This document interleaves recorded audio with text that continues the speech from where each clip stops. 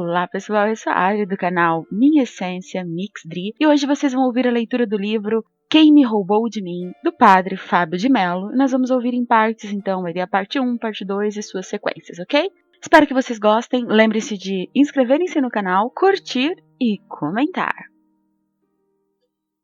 Relações que sequestram. Como vimos, o processo de ser pessoa está diretamente ligado à problemática do sequestro da subjetividade. A razão é simples. Se uma pessoa está privada de ser ela mesma porque alguém o trancafiou em uma relação de sequestro, é bem provável que ela deixe de dispor de si mesma e, consequentemente, deixe de dispor-se aos outros. Os sequestros da subjetividade deixam marcas nas duas perspectivas. Indispõem a pessoa para si mesma e também para o outro. Por isso, temos duas realidades dignas de análise que podem ser assim simplificadas. Ou vivemos só para nós, ou vivemos só para os outros. Nos dois casos, há um grande erro sendo cometido. Viver a dinâmica que o conceito da pessoa nos sugere é trabalhoso. Se nos fecharmos na disposição do que somos e não dermos o passo na direção do outro, cairemos numa espécie de solipsismo, ou então numa negação da subjetividade concreta. O eu, na solidão, sem interação, não poderá crescer. O outro tem o poder de indicar nossas possibilidades e limites. O que dispõe de si mesmo carece de entrar na disponibilidade das relações. Elas o aperfeiçoarão. Por outro lado, a conjugação de nós, sem que antes tenha ocorrido a disposição do eu, caracteriza-se como uma forma de comunitarismo infértil. A qualidade da vida social está diretamente relacionada à qualidade das pessoas e suas articulações particulares. Antes da disponibilidade para o outro, é indispensável a disposição de si, porque só assim haverá liberdade real. Só quem é dono de si pode oferecer-se aos outros, sem tantos riscos de se perder no outro. O desafio consiste em equilibrar os dois pilares. Se há pessoas sem a solidão do eu, tampouco há pessoas sem a interação plural. As duas realidades se complementam. A qualidade humana das relações depende das dosagens que fazemos desses dois pilares. As medidas do meu ser precisam ser balanceadas com as medidas daqueles que serão e estão ao meu lado. Um ser humano bem equilibrado e socialmente saudável consegue identificar essas medidas e empenha-se para que uma relação não estrangule a outra. Quando essa conduta não é assumida, o que temos é uma relação que tem o poder de provocar o sequestro da subjetividade. Relações que sequestram são aquelas em que um eu tenta sufocar o outro tu, reduzindo-o a mero instrumento de sua afirmação. O outro não é considerado em sua alteridade, mas é visto como extensão das necessidades de quem o enxerga. A esse processo, Martin Buber chamou de relações objetais. O outro é visto como um isso e não como um tu. Não há epifania da sacralidade do outro. Feito um objeto, o outro perde o direito de ser ele mesmo. Desprende-se de sua identidade, de sua condição real e passa a ser coisa na mão de quem o desconsidera. Alguém, quando é colocado na condição de algo, vive a negação de sua dignidade. Desumaniza-se porque deixa de ser considerado como pessoa e passa a viver a condição de objeto. Deixa de ser organismo para se transformar em mecanismo. Nos sequestros do corpo, esse processo é evidente. O sequestrado não tem valor como pessoa. É uma coisa a ser negociada. É um bem útil que será avaliado e possivelmente trocado. É um mero mecanismo para se chegar a outro objetivo. Um mecanismo que satisfará as necessidades que o sequestrador tem para alcançar um resultado. No sequestro da subjetividade, o mesmo acontece. O sequestrador passa a ser proprietário. Ele definirá o ritmo da relação e o sequestrado, vivendo a condição de vítima, será incapaz de reagir de forma contrária aos desejos de seu proprietário. O rapaz e sua dependência química, a menina e seu namoro, são exemplos dessa incapacidade de romper com o sequestrador. O sequestrado permite essa relação. O medo de ser deixado, abandonado, o encoraja a sofrer todos esses malefícios. Nesse caso, vale aquela máxima popular: ruim com ele, pior sem ele. É lamentável, mas esse discurso tão cheio de conformismo é muito comum entre nós.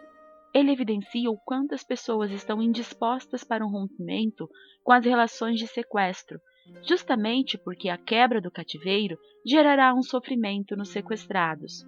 No caso dos dependentes químicos, o sofrimento da abstinência, e nos dependentes afetivos, o sofrimento de romper os vínculos.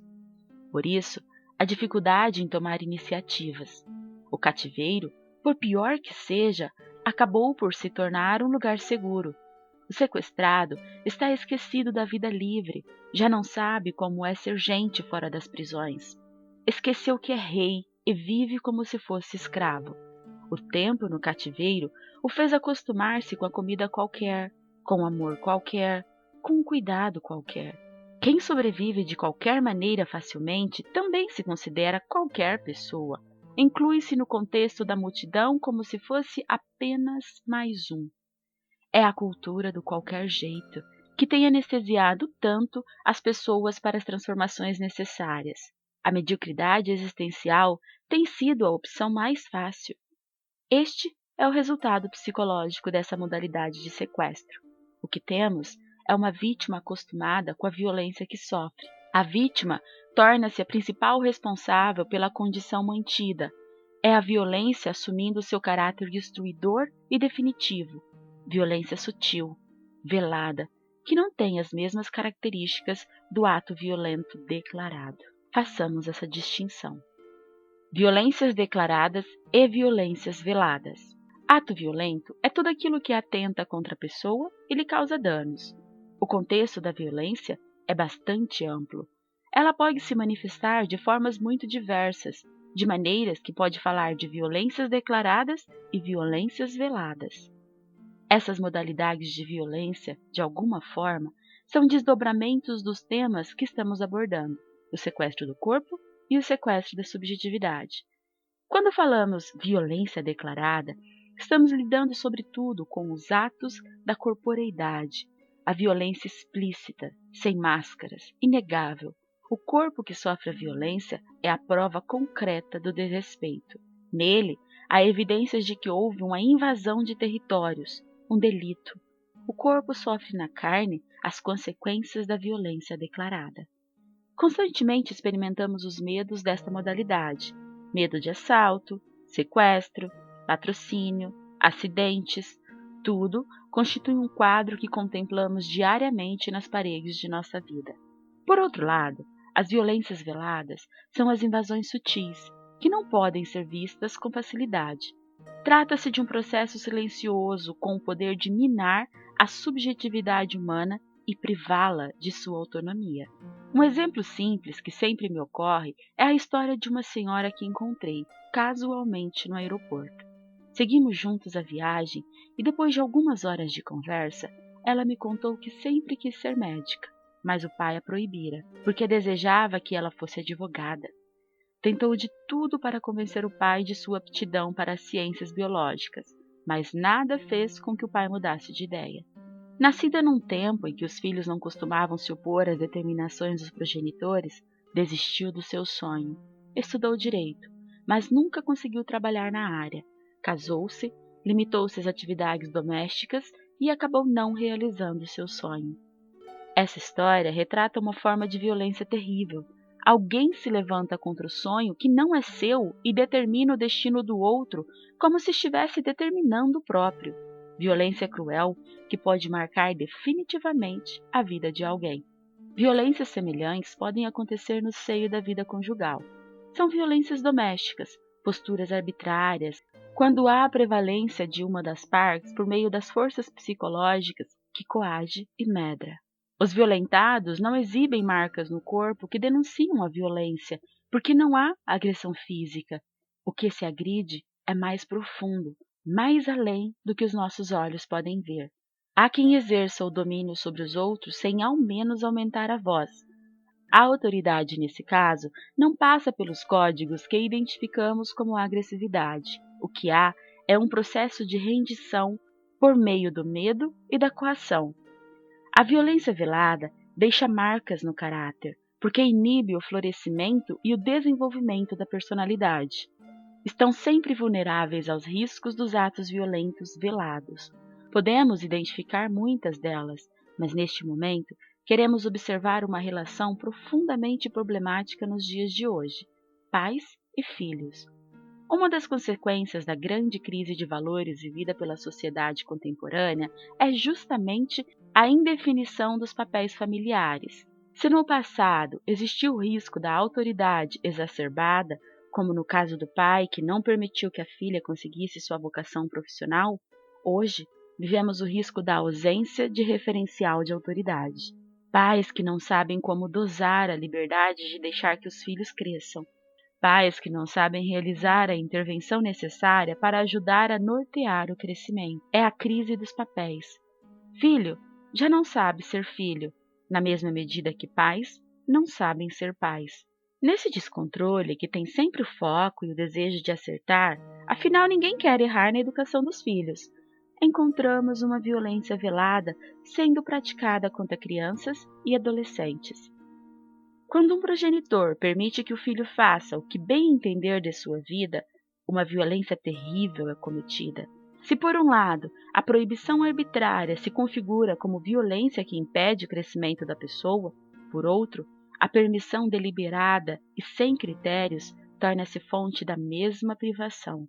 Cada vez que uma criança ou uma adolescente é exposto ao direito de decidir o que ele ainda não está preparado para decidir, um ato de violência é cometido. É também violência permitir que assuntos que não são próprios do universo infantil sejam tratados na frente de crianças. É violência cada vez que uma criança é vestida como se fosse um adulto, e dela é solicitado um comportamento que não condiz com a sua idade.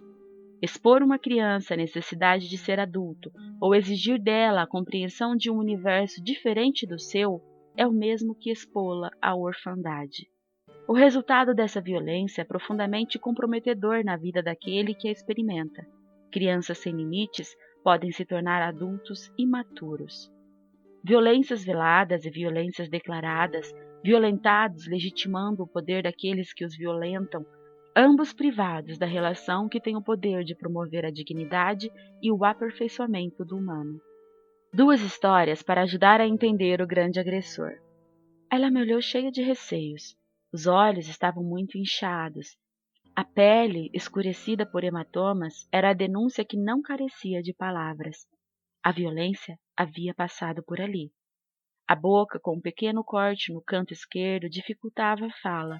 Voz mansa, embargada por rompantes de choro doído, choro de quem não sabe pedir ajuda. Ela era uma mulher bem-sucedida, emancipada, bancária, mãe de 3 filhos que já cursavam faculdade na capital. Dividiu o lar com seu marido, um empresário que não se especializou na arte de amar. Ele entrou na sua vida quando ela era uma adolescente. O casamento aconteceu 2 anos depois de iniciado o namoro. Ela não teve muita escolha. Vida no interior é assim. O casamento parece ser obrigação a ser cumprida, ainda que não exista amor. Os atos de violência começaram alguns meses depois de casados. Primeiramente os gritos, que não existiram durante o namoro.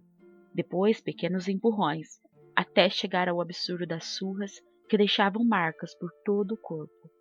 No dia em que me pediu ajuda, ela acumulava 52 anos, dos quais 34 vividos ao lado de seu agressor. Reconheceu que não sabia mais o que fazer, mas já sabia que tinha que fazer alguma coisa. As agressões não estavam apenas na sua pele, estavam em toda a sua alma.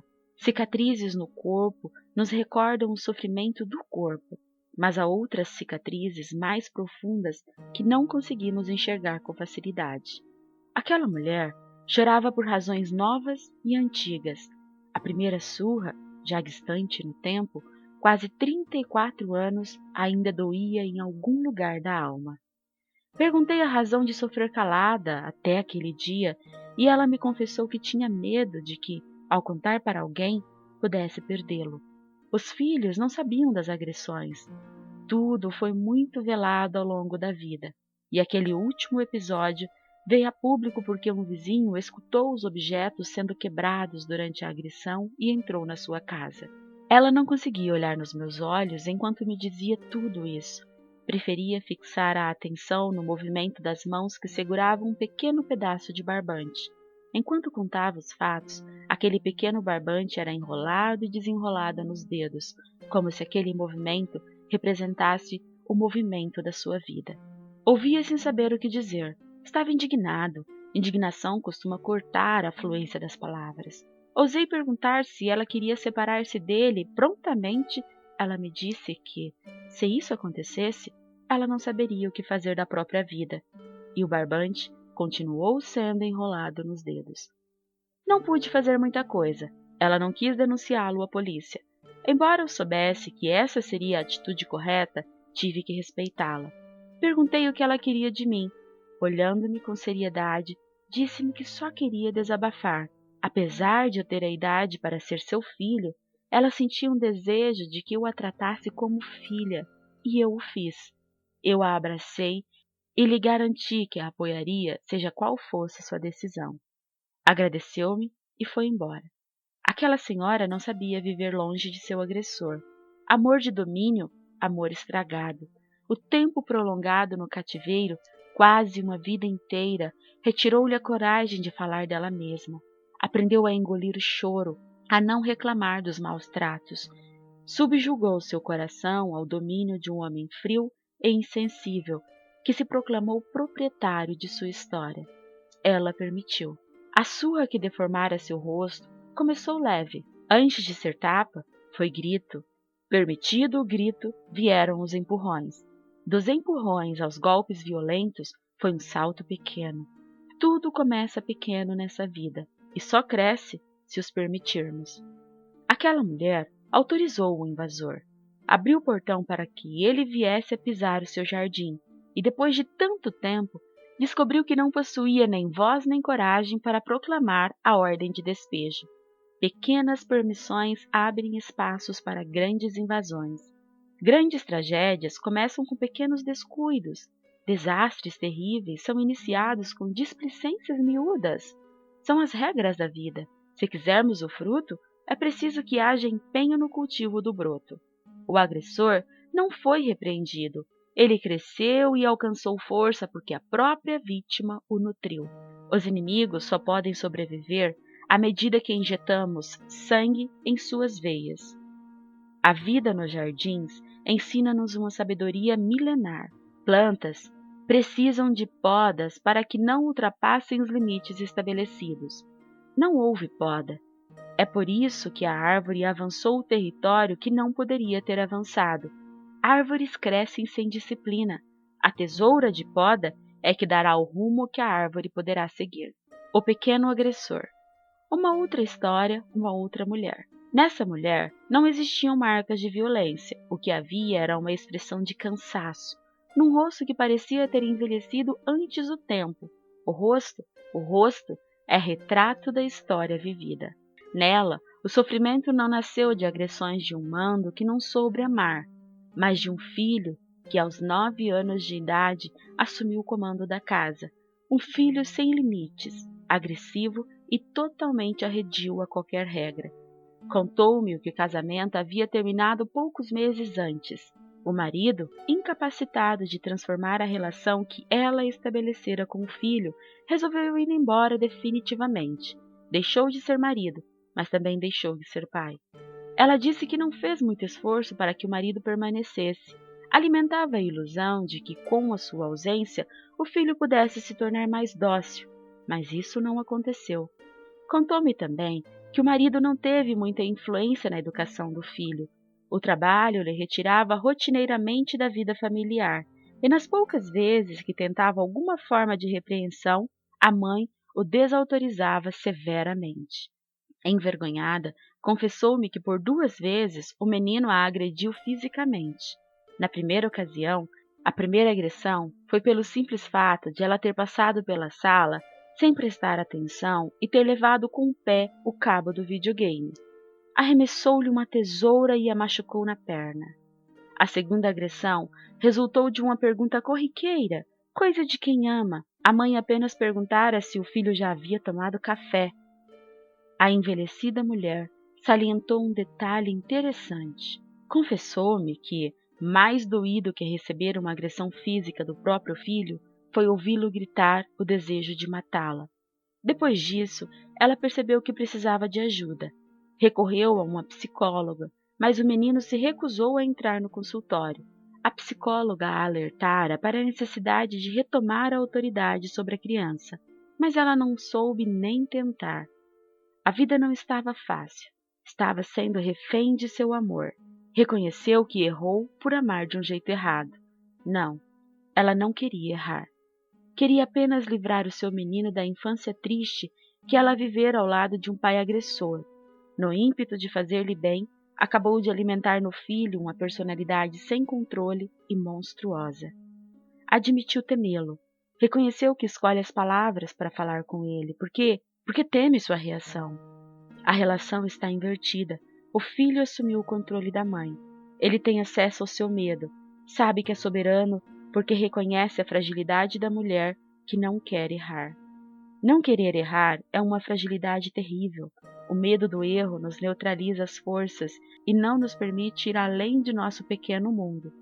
O pequeno homem de apenas 9 anos de idade é seu agressor. No relato daquela mulher, pude identificar o sofrimento que nasce da boa intenção, mas boas intenções não salvam o mundo. É preciso um algo a mais.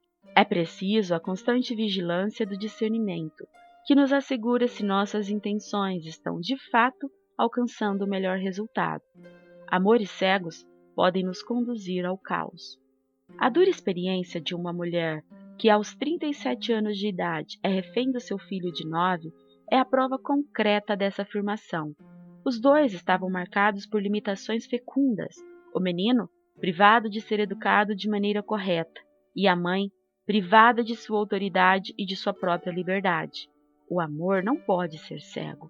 Caso contrário, ele nos coloca no cativeiro, gera privações. Na tentativa de livrar seu filho do sofrimento que um dia havia experimentado, ela o privou da disciplina de gerar caráter. Filho que não é criado a partir de limites estabelecidos é filho sem pai e sem mãe. O limite é uma expressão concreta do amor dos pais. Eles delimitam o território para que os filhos cresçam sem ser tão vitimado pelos males que são próprios dos dias de hoje.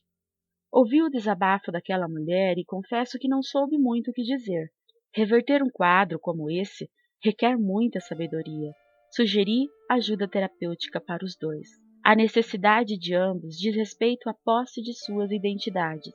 Eles não sabem o que são na relação que estabeleceram.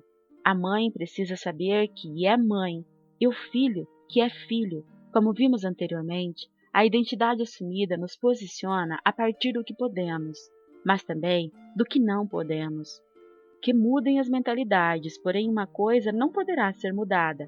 Pais e mães não têm o direito de abdicar da responsabilidade de educar seus filhos. E educação é o processo amoroso de estabelecer limites, e não está acontecendo. Se não está acontecendo, então temos alguma subjetividade cortada, isto é, uma pessoa ausente de si mesma, distante do seu papel. Duas histórias de agressões originadas de fontes tão distintas, um marido agressivo e um filho sem limites, mas ao mesmo tempo comportamentos tão semelhantes, vítimas que construíram seus agressores aos poucos, bem aos poucos. Isso nos leva a entender que a seriedade da violência não depende do tamanho de quem agride. Uma criança tem o mesmo poder que um adulto, desde que a ela seja dada autoridade. O que legitima a violência é a autoridade que entregamos ao agressor. O desafio constante das relações humanas é preservar a liberdade das pessoas. Quando a liberdade é negada, a relação passa a representar um sério risco, porque atenta diretamente contra a fonte geradora da pessoa. Não há pessoa sem a experiência de liberdade. O desafio constante das relações humanas é preservar a liberdade das pessoas. Quando a liberdade é negada, a relação passa a representar um sério risco, porque atenta diretamente contra a fonte geradora da pessoa. Não há pessoa sem a experiência da liberdade. Nós pararemos por aqui hoje, continuem acompanhando as próximas partes. Muito obrigada por terem assistido, fiquem com Deus e até a próxima!